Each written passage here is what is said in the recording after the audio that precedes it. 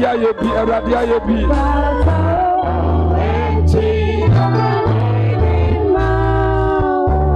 Onyamie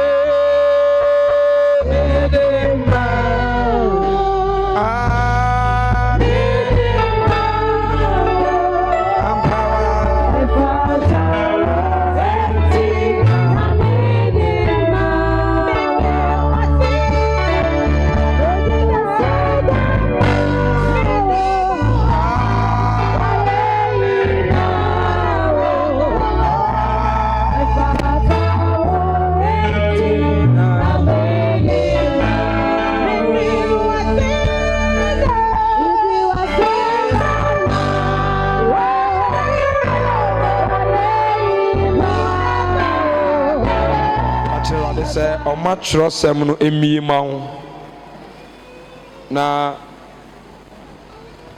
omawo ntenene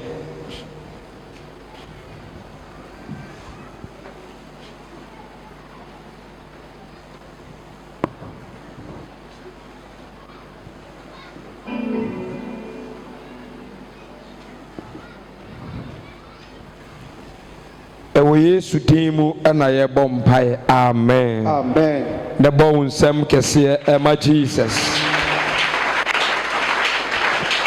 ya the radius na mesra obi pay attention na ontie asema erade fa me so aka kire ni afutu amede ma ho yegusua esua de fa aweye bre mu sade be ya ye bre enye kwa yegusuara esere erade so obeboa ye na yetimi de osom no akwa awie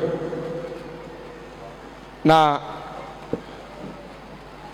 enyade ya meche hallelujah 2 Corinthians 5:17 ya kan free 17 na abesi na afutu kitua bi na me fa from di amount but was enti so bi wo Kristo mu a e ba cha me bansa ya ba be hyehyade kitua bi na uwia na wafane yapon sesi a baabi a yaduru no Kristo suma duru ba cha obi am pay attention me hu ne ma bebre e wo wiase a yetimidi ho adanse se ade we di ewo ho ye betoyi we yaka bi ahwe yenim se de sitie ba aka ade ba akupa bi kachonia say we knew the newness of God.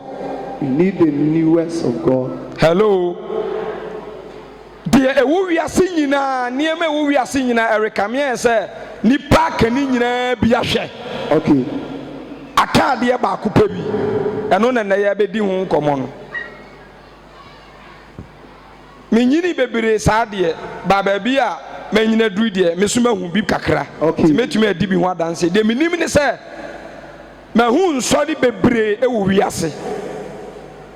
2 masahu great men of God, prophets, teachers, apostles, evangelists, great teachers on this earth. Mahu great singers was aseso otonyom mabubuwa for sorry mahu bebre ya beti bi story ya behu great apostles a odi tumidie ni ahoden aye adwuma ko ya sabeti evangelist ahodo a aba ba besi bonki mu so ebesi ye papa wu aso a omuso abako saso ni abeti prophet mighty ones great ones wo yenye time ene wona ya meto ya beti bebre nkako ahu wona dwuma se ro si ye adwuma aye timi testify ba asema na me kan na adanse aya na yedi no afa sa ne mani nyina de ye kan se sa ni power die masa otunyumo ya ba cha mote sa ni power oboboro yetimika yes sa ni power o preach papa sa ni power o preach papa but sa short quotation na me be kasa cho ne yi sa newness of God na free mu no obatia sam na me kana se okay say what we testify about this on this end time no ayanu na awurade afra ye to 8 ana say ayade foforo okay Bible say Yesu afra nipa bi asuma wo ni twa adwuma mu. Last week na me ka quotation bi either John and Matthew, one of the gospels ni bi. Yesu ka say me say mia ana me frɛ edumienu no na me hyi won na nso na ba ko ye bonsam. John 6:64. Tie say John 6:67. Eja kan ma me. John chapter 6:67. Yeah. Verse number 67. Aha. Ose ana Yesu si du wenu nsam so. Ana Yesu si dumienu no sɛ. Mo so besem ko. Mo so besem ko bi ana. Simon Petro bia sɛ. Simon bie na no ka sɛ. Awurade wan kyɛn de ba. Awurade wan kyɛn. Ana be kɔ. Tie wan kyɛn. Ye be kɔ. Ɛne ye be kɔ. Wona wo dan kwansɛm. Wona wo de. Dan kwansɛm. Wona wo de. Dan kwansɛm. Tie wona wo de. Dan kwansɛm. Dan kwansɛm. Na ya tie di.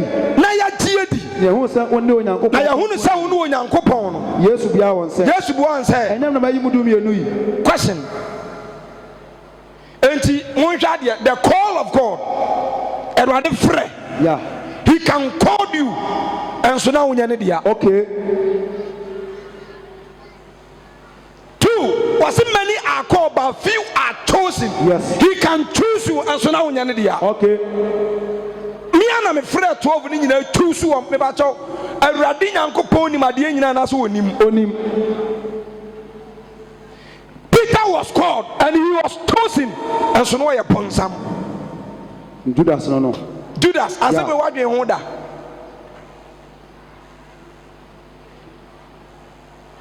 Ya friend, any baby and a friend, a radina and a friend, and so he was a Satan.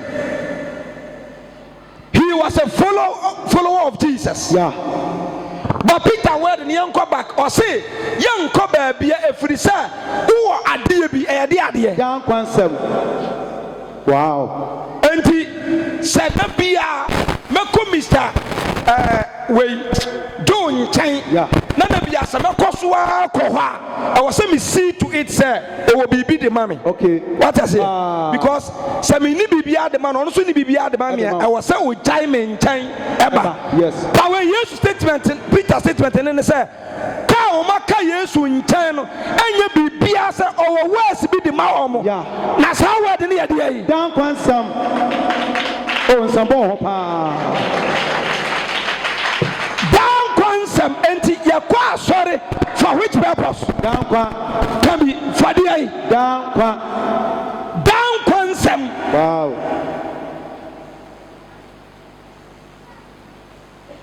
Hello. Aye.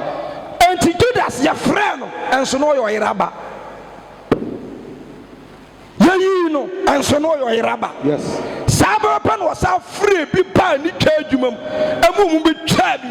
Eti wo market yakoye and so no your iraba. Hello. Aye. Ave papa yanko kain.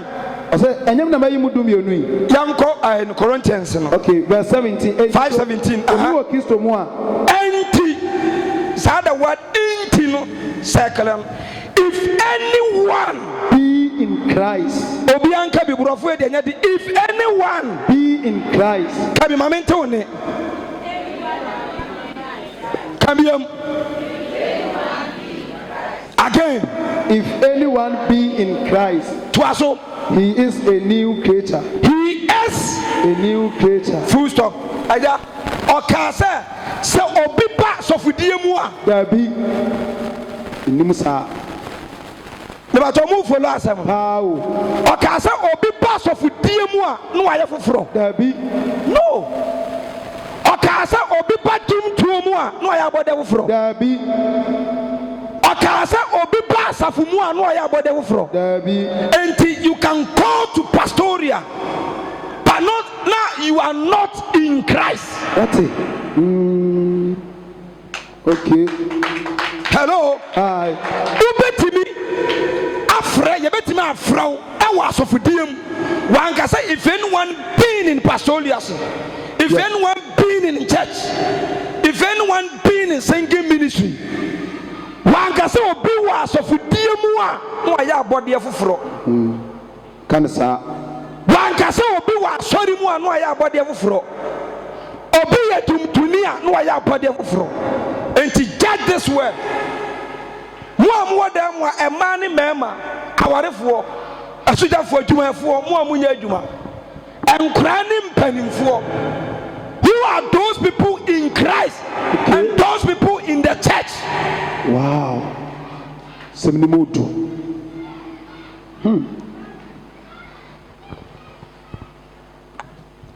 Hallelujah. Praise the Lord. Then you put the whole word. Just one phrase I am sorry. One phrase I am brassofdium. One phrase I am bratumtum. One phrase I am brassam. One phrase I am brancomsum. Name of phrase I am rahiva. Nimu.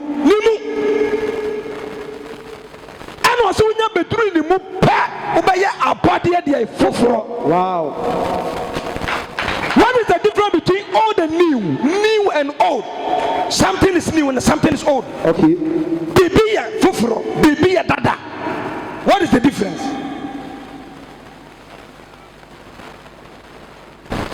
Me de me ho sa example. Me say me ya sofo. Me say me a preacher. Me say me a teacher. But time and now me go school. I JHS. Me wo primary. Me classmate for and me go school nyina ni me say. Na me ti say. Me bobo. No munim say ebia me kokonye. No munim say me pentokwa.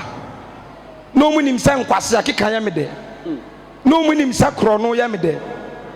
No munim say ema asam ya me de. What has he? Yeah. Ana me free sa stage no. Me wie school no. For so many years. No munim say me koko ban me. Ayan enti me krom for sa record say akowe de nani adan free ne mofrase.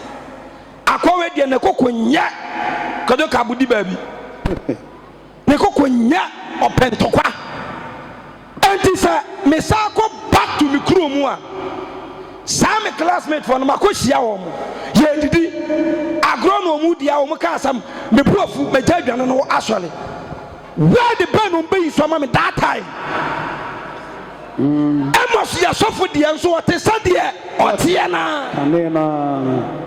Why is that church this time? Obia old life and near nim no krum. Na yidi nim no. Ni suba ni nim dadada. Bra o ma Kristo mo ma sorry. Ani timi record say. Di power was say suba we. Me nsole nim say me sofo de na kokonye. Me sofo de ni tiri mo den. Me sofo de oyeja. Me sofo de wa man ho so. Sa ne amani nyina ye nim say. Na your old character. Yes. You are telling me say you are in Christ, but we can still record it. And are you in the church or you are in the Christ?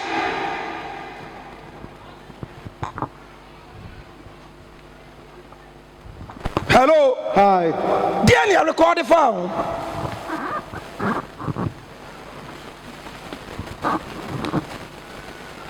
Abusafo. And time when you know. I'm telling you. And to being in Christ, Sasumu, any asorimu, asofudimu, and your pack. And your pack. The last, God bless my message. You are no case. What makes Christians unique? Okay. Your uniqueness, Nini. Tiabamu who say, where you unique at a way. Yes, sir. Dia wo ba ya no ono wanya dai onye. Okay. Pass ya buo no ono wo ba accept. Hallelujah. Sesi akwet yes ye mu bi.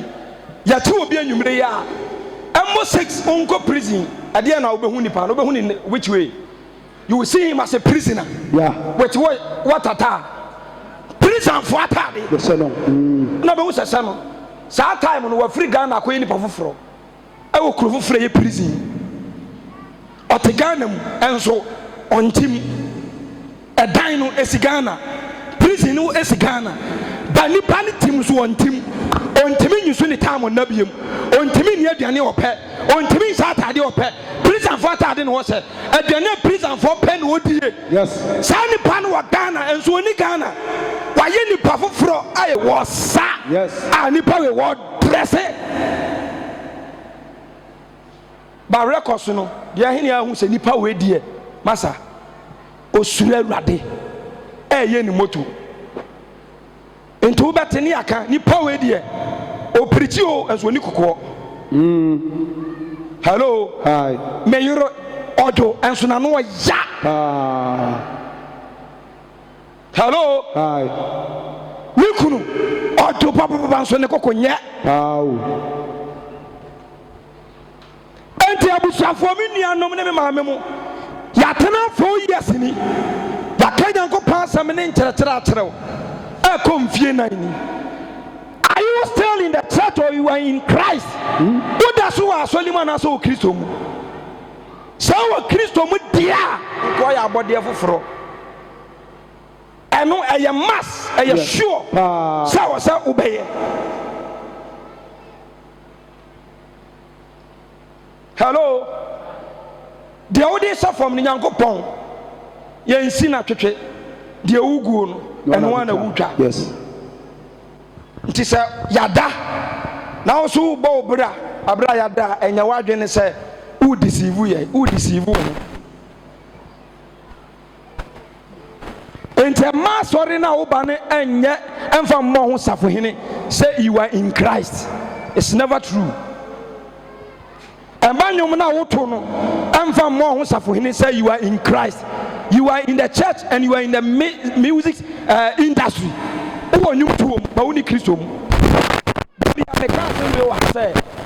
The supernatural promotion of every person is the false accusation. Senipa unyam pushing into wa it hardly so be who the wonimu.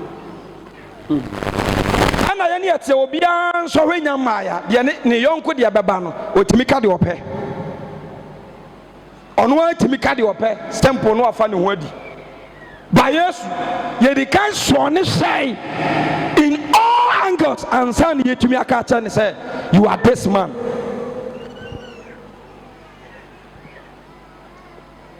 Hallelujah. Me kandi ayachira onipa.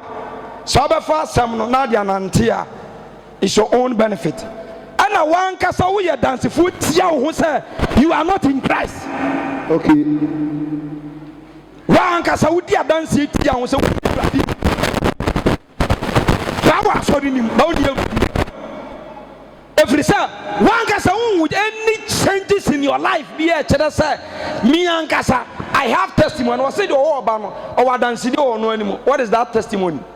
Sa dance na dey yi sa dance na e dey yi adanse ne say entime pa kwa me ene de kwasasem ya fro me a mecha amani koi never there be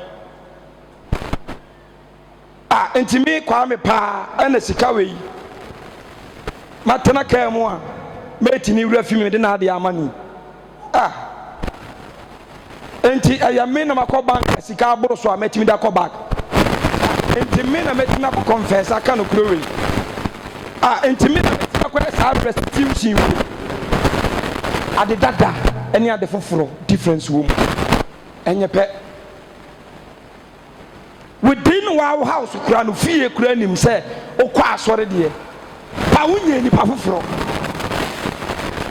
abofra ya wo ne foforo enna wasi fom no twani nature na adwenim na komam ne nanmu ne honam everything eye soft enti de be ye hu a ye nyina ye be complain Awurade eye say yetena so many sectors and then you Christo and she be complaining one day. Okay. Say Jaisa wan kasa ukunu and Jaisa wan ye ne besifio. Oh. Yakasa wo yire nya je enye wo nkwa de ne besifio. Yakasa wo nsole manje je enye wo nkwa de ne besi asore ho. Yakasa wo sofu enje je wo enye wo nkwa de ne besi. You call wedding last 3 weeks, some principle to Kasembi. Sir, now your bear man, I be walo them will be huno.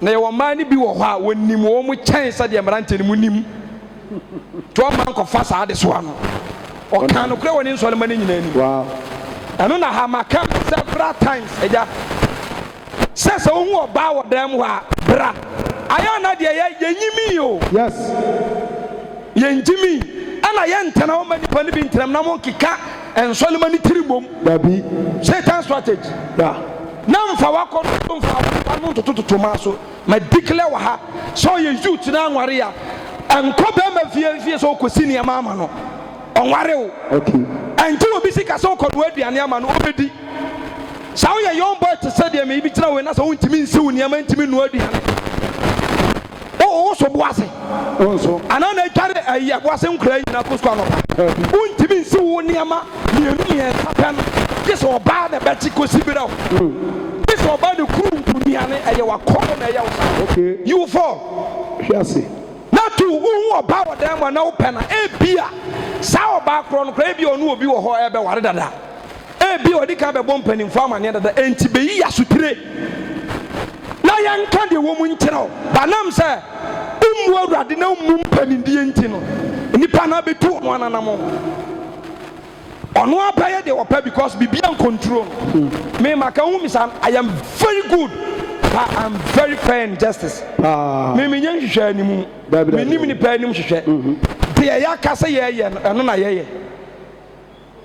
I will never change it enti sɛ woyɛ saa mistake na woanhwɛ yɛ a wɔde no wobɛwɔle ne fie na wabɛda nyame ase I will never allow you sɛ mobaa bɛgyina ha abɛbia no ma bɛwɛsi woka sɛ woadeɛ da fam sɛ nyɛ dɔ ka yɛnni Azeki akyi nkɔ kwan tenten wei yɛnni Isaiah akyi nkɔ kwan tenten wei ɛyɛ ɔdɔ a ɛhyɛ yɛ because yɛhu sɛ yɛyɛ family yes wɔbusua na wofiri mu na nyɛ no ne wɔbusua o Bible so obi ba Kristo mu wɔbɛyɛ abɔdeɛ foforɔ nneɛma dada ne nyinaa yɛ dɛ atwam nneɛma nyinaa yɛ foforɔ to have a new family wowɔ busua kan ba youth ne bebree ne mmeranteɛ ne bebree egum a ɛnyɛ deɛ yɛka ne deɛ Awurade asɛm hyɛ no ɔmu yɛ o ɔmu yɛ deɛ ɔmu pɛ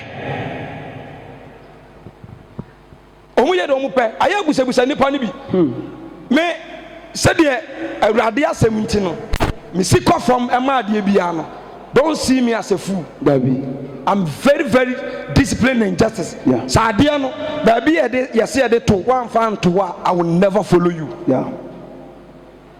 ɛna nhwehwɛ sɛ wobɛnya nipa anim adom ɛne yɛbɛbɔ odin ɛne yɛbɛka ho asɛm na wosuro criticism is a general disease yade a ɛyi obiara wɔ asase so yɛ criticism enti me I'm not care about criticism okay mani ni ho sɛ ɔbɛka sɛ anaasɛ ɔbɛka sɛ meyɛ deɛ metumi na meyɛ deɛ menni no menyɛ no sɛ me ne wo nam yɛ nyinaa yɛyɛ adwuma aduru stage sɛ wopɛ biribi mehwɛ deɛ wɔ hɔ na mede bɛma wo yes deɛ menni no menhyɛ me ho nyɛ enti mede fam young guys ne young boys munya very careful ana gossip sɛ woantwɛ yɛ Satan pɛ wo de woahwe wo a na wɔbɛka sɛ ɛnyɛ gossip gossip bia no wɔɛtena se for more than 3 years 4 years 5 years anaasɛ 6 years gossip yɛ 3 months na de kumuhu yɛ a wo ba bɛware na yɛde aware no asa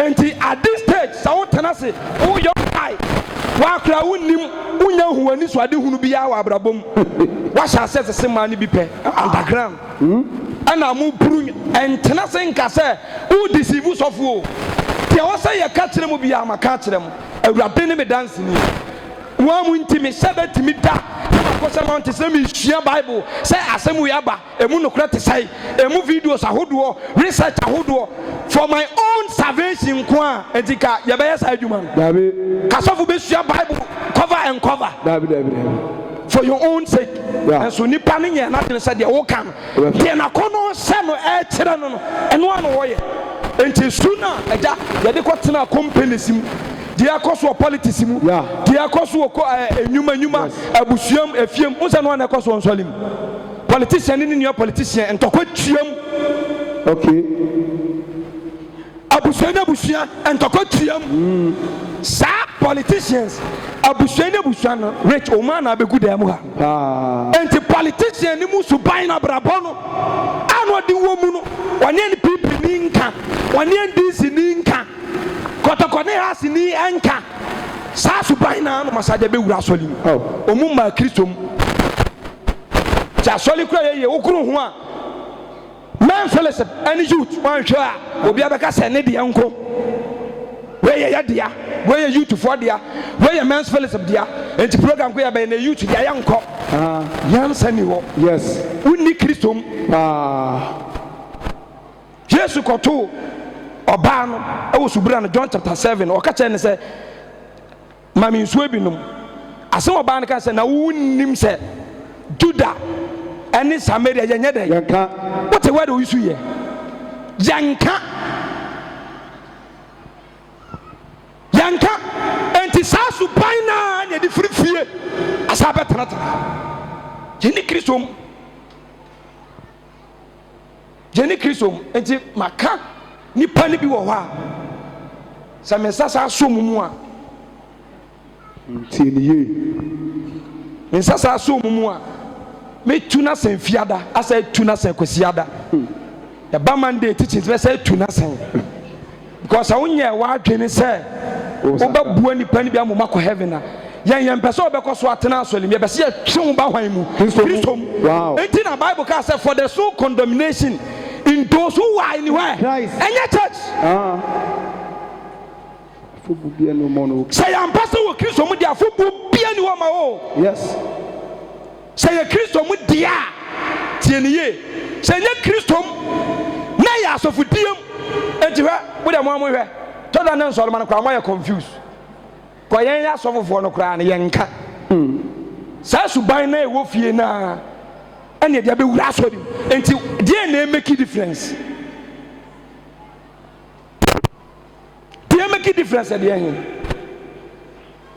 enketo ni pani enketo anka oyo ko ni asono anka ene bibi na ndi sinka kotoko ni hasenka sa suban na ene asada betena nsodi sisters and brothers me di Nyankopon mobro hu tuufo sa waso obi bani mu a ajato asoma obaya abode dia foforo nyamada da twam na nyamada da ne betwam nyama nya foforo sha anyema nyina ba ye foforo nyama nyina afro Nyankopon wonam Kristo so na nyema nyina afro Nyankopon wonam Kristo Yesu so apata twe afam ne ho dem pata som na maye ene se Nyankopon wo Kristo Yesu mu a okufu apata twe afam ne ho na bo mu afo so ngu won so enti se empata dwane siumu ene ka se evangelism na odwane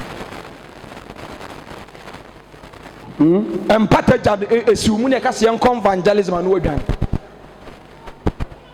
de na mo kan fie se me ma mfa me se kan nwa na nka no eno na mo kan asori dem me sum nyame ne metimi eno na mo kan asori dem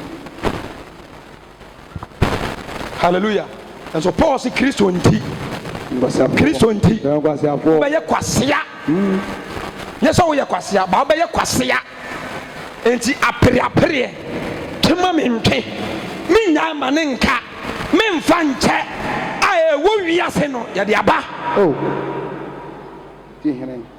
sister I'm calling Jesus for you say come to Jesus was a brace and meeting my boy and wadom bre ne nkwaje da come to Jesus sorry if you say you know yourself better than I woni mo ho this will be was of diemu a no ya body fufuro dabi obi paye meko secretary no ya body fufuro dabi meko mamia Kristo mo secretary Kristo mo tum junior Kristo mo Linda, okay.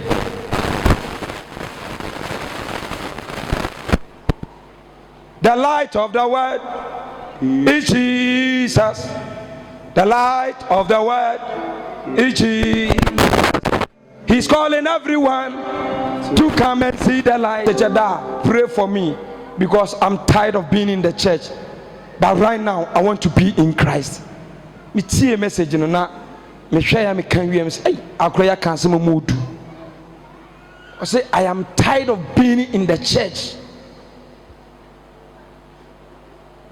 minima so fu bebra time na me come mountains pa na ja ye deliver mo mountains I mean ni mo no mo ye fame wo makro ba ko ba share na me sell to say bishop because the posters and the banners e wo ma kra nim no say o si ma che na so fo mpese me no di nkomo nti ode me call ya na o se sofo asema me be ka kire oyi ma ready wa for some time ti na me be ka kire no to da me bam ho secret ba wonim sofo me nsa kire ai me pese wo bom pai ma me na wo deliver me and I'm say so me ne me nkra na ba ye be ne dey no say sofo I don't care o dey fa me call and ye bom pai me friend man bai ono so ni group na bai o no jaw mu wo come 7 as a 7 back and pray ye dey ko che ewuram no making the confession na so for matia sole mako 10 me tia na me ne ma ni nyina da na egu na catch fire enso ni pa hu mi say me dey ma sata ba so for me ni me wo say me win na me hye enti deliver me that day no so for Joseph dey no wo you know mo na call mountains akwani timi so dua mu say pa no otu no dey ba na ni aye call say dey e wo ba no my god otu say no akotu foforo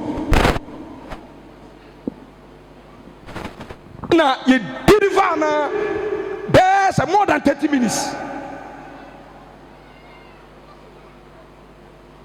we no bunku to say eja he said there you are my father and I'm say no inyina eja na Awurade ben shranka Awurade say wan hwe ni panim na hwe nkwaje ama ho ye call Assemblies of God one of branches baako omu area head ye ka say area head ate say there oda eboase nyina kwa oye giant pa tough one so for what preaches how we oye otako no ana ehun say papa na asole kura office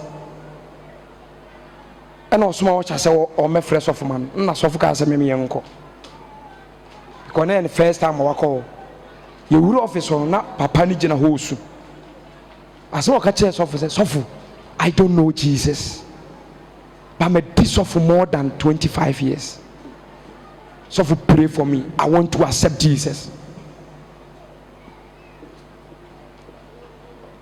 I want to accept Jesus bra station wa wo no hwe uyemfa nkwasesem bia mfuru Kristo sumu ntesa dabi Kristo sumu ye fita dwuma nkwase adwuma abotesem ene ye man ba ko frem from sunyan osofo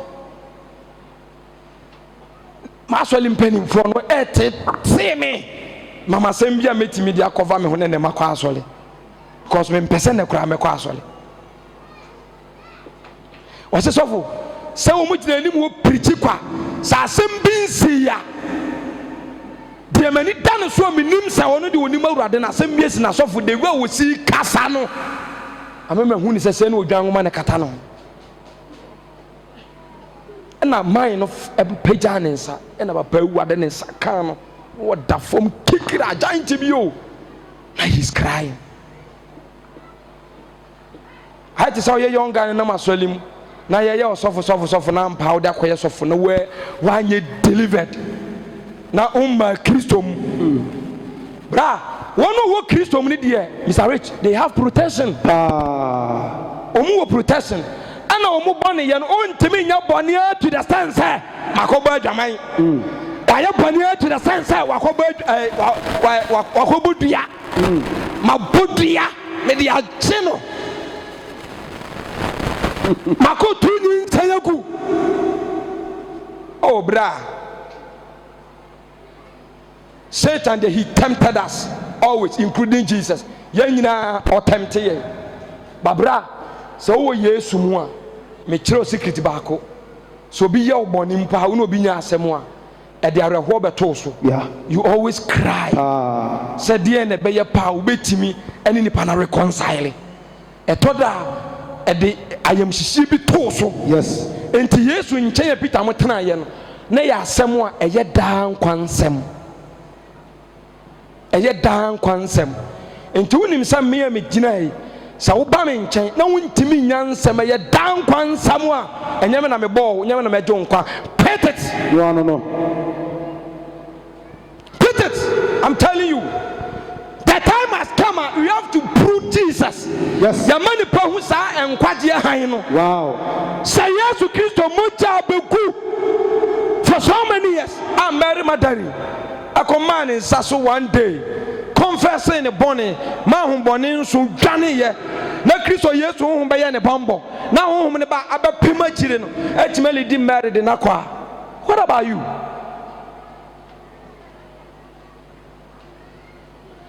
Nti nsama ukran dan kwansam ene ne no ameka no wede nase Awurade asam ne ehia o. Yes. Sɛ dan kwansam ene de chipie wa ye betena timi sesia me gina wo sesia ade bi anya me nwanwa wo wiase o ade bi anya me nwanwa nansan o mu ka asam bi a meyam hyeme Pentecost of bi a wadi sofo so many years panyi pa ye so ka aposo nyina mo type ni bi an kampanifo ayeyi wo mo kra na wo ka ho o mo se transfer no nansan a ekọ okro bi mbese me bokro ni din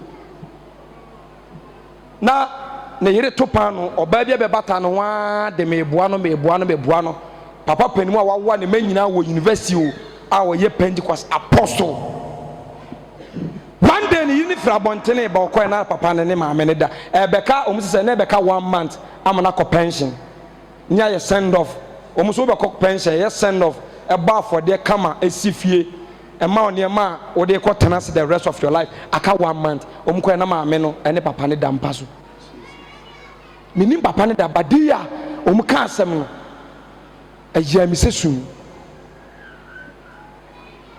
ama na sofo na wote wo ho na ye fast a report to Accra no be pam papa na free mission house o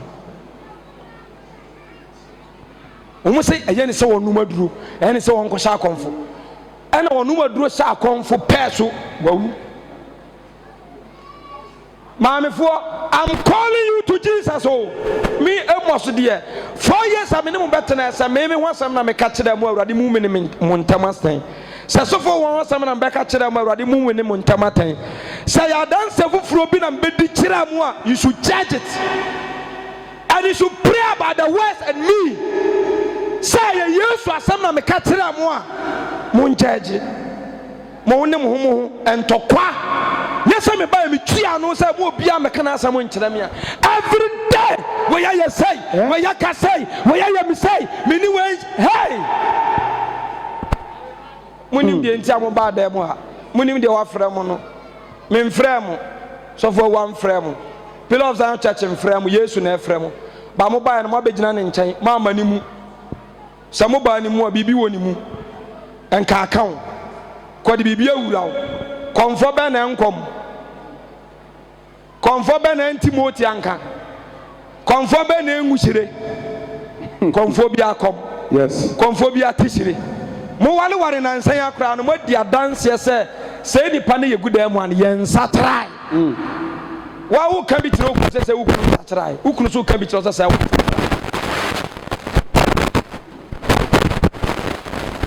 fa wo tuma na nsan ya no. Wa testify say you are in the church but you are not in Christ. Osofu ono osofu nya asem no ne hu se na won sachrai wo ye preacher but you are not a Christian. Ha akufadu o preach Ghana evangelist for wa ha Captain Smart ka ho. Yeah, anamunim. yes. Smart ka ho ana Songo. Yes. Songo Fire for fire. Songo so evangelist Preach too. Songo preach. Sure. Anti emfa preaching more ho safo hene. Come to Jesus. Yes. Anya wana wo preaching mu na ya body afoforo. Eye wona wo agenkwa Kristo Yesu mu. De ode bone che. De obra na wase che nipa nyina. De wodo che nipa nyina. De ni moja kasa ye che heba de no. Come to Jesus. Wonderful. Know yourself.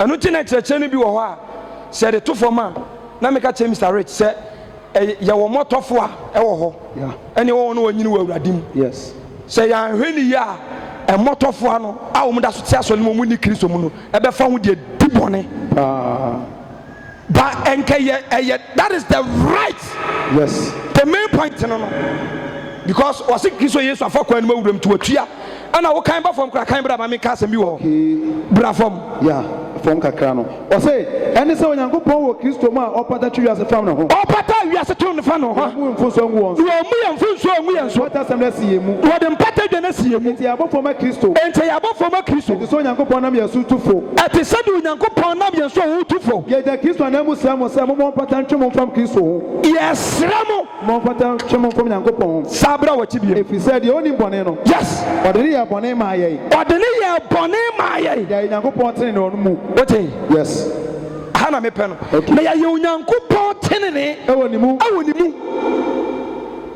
chatimi ya onyankopon tene ne ente ho explanation ni ye ntimi nya tene ne wa asole mu babi eda wo ta se ba ye ntimi nya tene ne wa asole mu ya ye ntimi nya tene ne wo nwumtuom yes ye ntimi nya tene ne wo nkomhyem na se do ka ase so bi wo Kristo mu a na o ya bode foforo no enti ntimi nya tene ne wo Kristo Yesu dia emu wow but o matters here I just say repeat mu biam no mu nchen if he said the only bone no if he said the only bone odeni ya bone ma ye odeni ya bone ama ye na onyankopon tene onu mu said be ye onyankopon tene ne wo onu ni mu yes matters here wankasa ya be ye tene ne wo enchen abi die wo Kristo mu a wa ya abode foforo no o dia mame nsa che example say wo ba onyim na akra ne ye kepo a wa kepo no wo hin umu enyo yam ya wow wa ye kepo no wo mu enti yentimi nya Yesu mu ade bia wo nchan wo dan ni mu enti Kristo mu ne ye Kristo ne tene ne ana so ni ni mu enti maame ba wo gina ne nkyɛn ene ne ba wo woni mu no difference wo na say difference ni difference wo enti akra wo dan maame yam ɔne gu ne yam ti wo ye bi wo ye ne woni mu yes enti Kristo tenene no wo se ne mu ne ye no enya asɔle mu eno na deceive ni pa ne bebre no hallelujah praise the Lord enti me sram bi kyenyankopɔn mo bro wo so utumfo me nuanom dan so ani David mat so emi na no nka sɛ so nyansa mani mi na no nka nkyerɛ wo sɛ kabi wo ya dai o tene chame again o tene chame again o tene chame again o tene chame na Kristo ni a o ha ye di ho adanse sɛ ei bra we de yɛmfi asɛm mfuru no o ma kakra no mo fi nyina hu sɛ i da de ne kuku nyo da bu afu na mi nkofie oh Father, shame unto you.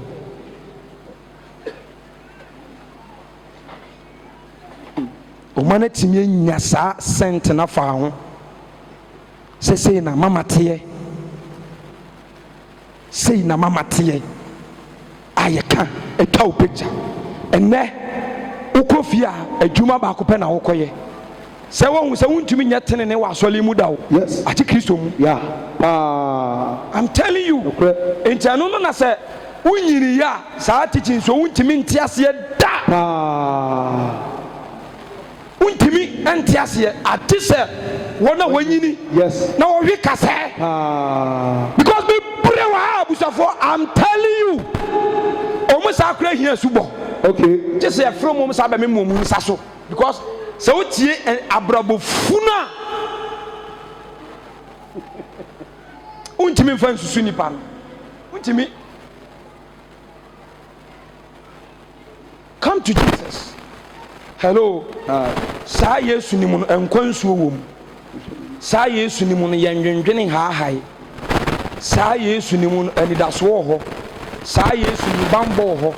Mr. Ayamponsa say bi o kan say I will die with my shoe. Akwan so sen ye woro. Say so senate. Was no stop.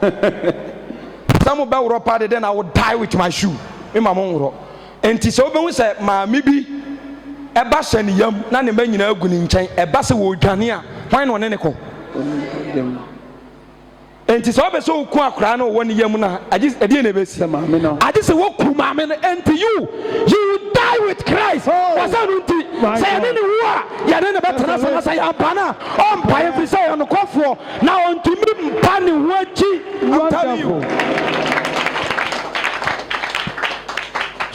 Yesu man kan Yesu ne bewu oni ne bekwa akodi hene oni ne bekwa akotenase oni ne bekwa akobuatan enti ye nipa tu ne woda mu ha je ne wo Kristo mu no je nkyere kyere nko ye nte ase nko okay ana mo aba asole so mo nkyere kyere nko ne mo nte ase nko okay enti if anyone being in what Christ ne mu no betumi aye tenene ne aye onyankopon tenene ne mu Kristo mu hallelujah ede man wasi so ya wo na besra ya Erade amfre wa ma metadisim abi wa amfre wa ma deeper life ofre o se branimu oba wo be ye foforo wa adwen ye foforo o sha se sua ne ho asem obedwo obebra ho ase obekanimu wani bekana ho obeba obesrawo etoda nkra no mda yefum no ho a yeso mutimi yeskres bi toda no ma sole agira toda no ma buja amalis wese ma me ni yesi ya enti eno no na sa wo sole sa wo keka ho a na wo papa sole wo ma me wadanso alinda ba no ai misale akana sole na wo so ani ate enti ba sa se me bima no ta me kasa me papa otemenka bibi ya me ote o ni ni muntu bibi ya wa onte ohu je sa wo tiam so one and now when we say was a mamma na sole yes one nipa also wa ban be sole akone esi papa o ton so be sole akodon so if you say ye ne no aye de baako wow who love to be in Christ oh I find a doso person wo Yesu mu amen dwane we are nebra in church sole free sa ba bia wote no ni tumiri kabra dane prodigal son yes woni mra wo so ni tumiri kabra fie papa no wan ko hwehwe ne ba no te kwa mu entu nsa Awurade oda so hwe ye kwan se beba wo hwe wo kwan enne wo hwe obi kwan eche na wo hwe obi kwan sorry jina na mo so mami wonderful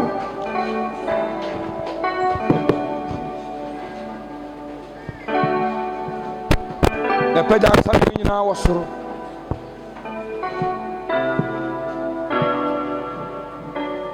I surrender. Oh, hallelujah.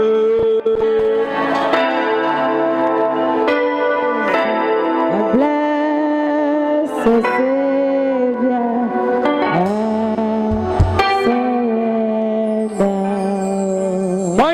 Who said, he's tired of being in pastoral.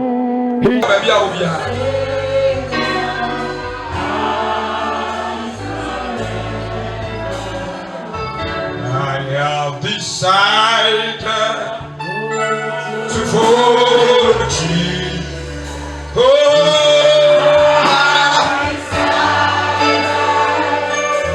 To follow Jesus.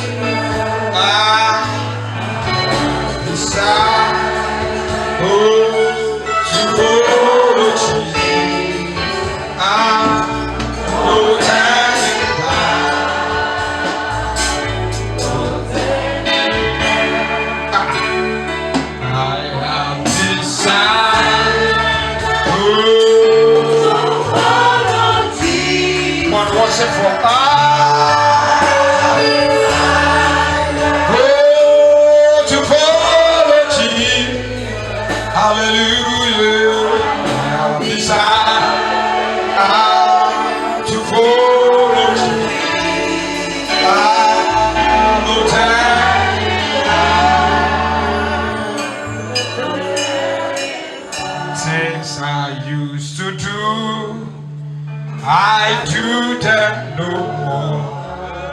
Place I used to go, I go there no more. I have decided to follow Jesus. No time, no time. Stand up, over song for Jesus. Over song for Jesus, and Tiasama Kani. Over song for Jesus. Try to more brownie.